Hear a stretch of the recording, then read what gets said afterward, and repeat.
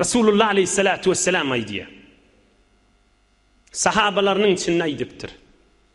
Beynema raculun yetebakhtar yemşi fi burdeyh kad a'cebethu nefsuhu fekasefallahu teala bih fehuve yetecelcelu fiha ila yevmil kıyameh. Hadisun sahih. Peygamberimiz aydiptir, ey sahabalarım deyiptir. Qarun'dan başka bir abi. Bir adam madi malı mülkü kan heyur oğudun egin maş geyittir. Fi burdeyhi. İki tane giyimcileri vardı. Hatlı. Araplı heyur hatlı egin maşı qavur yemiştikli. Men egin maşım yalı egin maş yoktur deyip hiyabandan yürüyüp bariyadi. Şiurrini mübarek peygamberin mübarek doğduklarının arasından çıkıp sahabalara aydan kepş. Bir adam oğudan egin maş geyip a'cebethu nefsuhu ödünü nam qadib bariyadi. Yani nam ödünü nam qadiyadi? Yani hiç kime salam vermellal. Hiç kimin salamın doğru almellal. Hiç kimi gözünün qıyığı bilen gözdemellal. Şeyt bariyaqa fekasefallahu teala Huday yer zemine aytti çek şonluydu. Nam qadiye sok şon yere deydi. Tekebbirlige diye şon yer sordu. فهو يتجلجل فيها إلى يوم القيامة قلنا برمقدار فيشب هذا ده يرين تغنى برياشو ديبتر هذا ده برياشو الادم ديبتر شن peygamberimiz sahabalarının arasında aytıptır.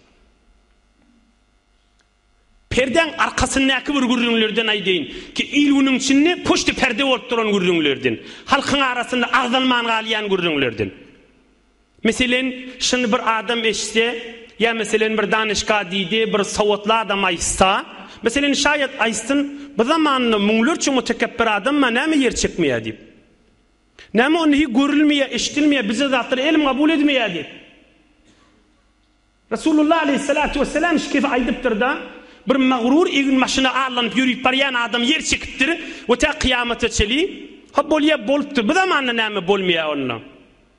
Ey cemaatla, ey Müslümanla, 15 yıl 20 yıl bundan ozal 10 yıldan anırda hey öyle qav bilyansınız bir geliller vardı şehirlerin içinde bir geliller vardı bir qıydılar vardı bir erkek adamlar vardı şu öz şehirlerimizin içinde azbes egin maşına özünü ne maqadip xiyaballarda yürüyordu hiç kiminin salamlaşmardı hiç kiminin reftamet etmerdi hiç kim merkezi inlemezdi. Hiç kiminin salamlaşmalarla doğru. Bir adam salam verdi doğru almayadı. Diyor da aylanıya davi 10 yıl 15 yıl geçiyor. Zindagi uzaklaşıyor. Zindagi gidiyor. Ama şımahal şun kun. Hemen şımahal cımğun akşam şemedi. Şımahal şola adamları var. Bilyansınız, görüyansınız. Bigat bir horlukta, bigat zillette, bigat bir bitbahtçılıkta, bigadır derdin içinde gününü geçirip be, şu yere sokulan adamdan farkı yok da şunu gelip görüşünü. Şola adam, bilkim şuurun, şu denağına, şola adam, bilkim zebit bulvati bir gün kuluğuna barsın naşın. Şola adam ma şuurunlar işte var, heyran ağlar şun min yürüğünü oturan ya Allah şola adamın. Şu öd yandan ödü hadir de halka belletmiyor ha, muazzep bulup yaşattır Allah'ını. İmme öd yandan öd titrep, hutkhori edip ödünü iyip, mirid olup, hem kişidenine narahat, ödününne narahat, Hudaydanne narahat, merkedenine narahat, ödü hutkhori edip yaşap gezip beyda. Öz fikri, öz bernaması bilen bir form hazır da bariyada. Belkim şu gurrunlu kuluğuna varıp da bey dinini de biziri gurrun bağmıştık. Muhammed Resulullah aleyhissalatu vesselam'ın mübarek dirman sözlerini bu gurrunlu bağmıştık deyip belkim kursağına iman girmeye sebep olsun canında. Belkim bir özünü tanımak bir sebep olsun. Ey cemaat, ey Türkmen, bizim ecelimiz ne mi deyiptir? Bizim atababalarımız ne mi deyiptir? Altının su bilen yazıp koymalı. Aydan gurrunları var.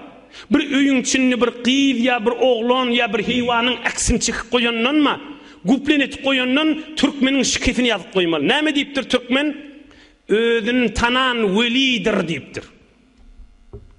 Özüni tanan welidir. Her kim özüni tanıysa, şol adam Hudaýyň dostu da şo. Adam özüni tanıymalla. Kim? Eşitmeýäsmi? Buzurtlaryň pählewany jahan bir neçe mikrop bedenine girýär, qılýanjak bolup ürkütmeýär. Görüp eşitilmeýär şu zatlar. Adam näme ýagdaýy bar ki tekebbürlik etmäni özüniň daşyndaky evin maşyndan çüreyim. Daşyndaky malyndan çüreyim. Meger ýere girenne malyny alyp gitýärmi? Mülkün alyp gitýärmi? Ýere girenne bir parça bilen gitýär, o da çürüýär. Hatda eti çürüýär, damar çürüýär. Näme alyp gitmeli adam özü bilen? İman ve amel salih. Näme Allah'ın aşkı ve Allah'ın Resulü'nün aşkı ve dinin muhabbeti.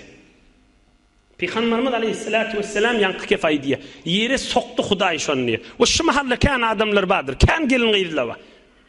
10 ýyl, 15 ýyl geçýär, ýuwaş zerbe ip başlaýarda. Öňkü hünerini çykarjak bolýarda, inne halk da bilýär, özü de bilýär. Öňkü hünerini çykaryp bilen akda hyýabarlarda. Öňkü tekebbürlük bernamalaryny ýürütip başaran akda. On bir guşede ya oturmaly, öz etinip yaşa duruşunu ölkütmeli ya belkim ölmeke tövbe nasip etsin. Halka ihtiram nasip etsin. İnsanları sıylamak nasip etsin. Özünü näme kadimeklik on vücudundan çıksın. Belkim dünýeden geçmeke özünü tanıysın. Özünü tanan Hudaý tanıyer diýipdirler. Hudaý tanıyan özünü tanıyer diýipdirler. Heyf ki biler derman mürründe üstünden geçip barýanna. Ey cemaatlar, Resulullah aleyhissalatu vesselam nahariyyenden soň näme diýýänmişdi? Belli hemmemiz bilýär. Elhamdülillahillezî et'amana ve sakana ve cealena muslimin diýmişdik. Täzece koýnak giýende näme diýmişdik? Täze koýnak giýende näme diýmişdik? Täze selli oranynda näme diýmişdik? Täze balagyny giýende, jurworyny giýende näme diýmişdik? Täze owadan börük giýende näme diýmişdik? Oňa diýmişdik. Felakal hamdu. Ente kasawtani. Hudaýa şükür maňa owadan evin maş berdin. İnneştaýy. Türkmençe hatmen aýdyň sünnetdir Resulullah. Gow egin maş giýseňiz. Aňsatjak. Hudaýa maňa şu koýnagy berdin, şu koýnagyň gowlugyny maňa nasip et. Bu şu koýnagyň şerrinden meni sakla. Tamam boldy. Hudaýa şu koýnagyň haýryny maňa nasip et. Ina arapçasy. Es'aluka min hayrihi ve hayri ma suni'a lah ve a'udhu bika min şerrihi ve şerri ma suni'a lah. Manasy şi, Hudaýa şu koýnagyň haýryny, hamana şu koýnagyň haýryny näme? Şükür etmek, allanmasazlyk, tekebbür bolmasazlyk, özüňe näme kadimesizlik. Fakat Hudaý maňa mal berdi, şonu ýüze çykarýanna. Allah arastalyk, owadalyk, egin maşda gowy geýeniň gowurya, o menne gowzat geýänna. Şiniyet bilen geýeýin we haýry ma suni'a lah.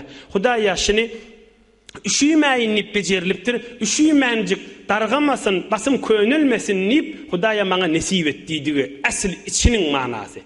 Ve a'udhu bika min şerrihi ve şerri ma suni'a lah. Hudaýa şu koýnagyň şerrinden men sakla. Tekebbürlük edamaýyn, kufran nemet edamaýyn. Muň menen özüm zinana halymy erkekleri allamaýyn. Erkek adam bolup bir zinanalary allamaýyn. Hudaýa şerrinden sakla ve şerri ma suni'a lah. Ve bir dargamaktan, özüme nasip etmän elimden gitmekden sakla diýdi. Aňsatjak türkmen, Hudaýa şu koýnagyň haýryny nasip et, şerrinden men sakla. Aňsatjak. Billulya egin maşyň bir ta'limat din gurrüňi barmışdyk. Din terbiyetiniň etegine olaqan gurrüňi barmışdyk.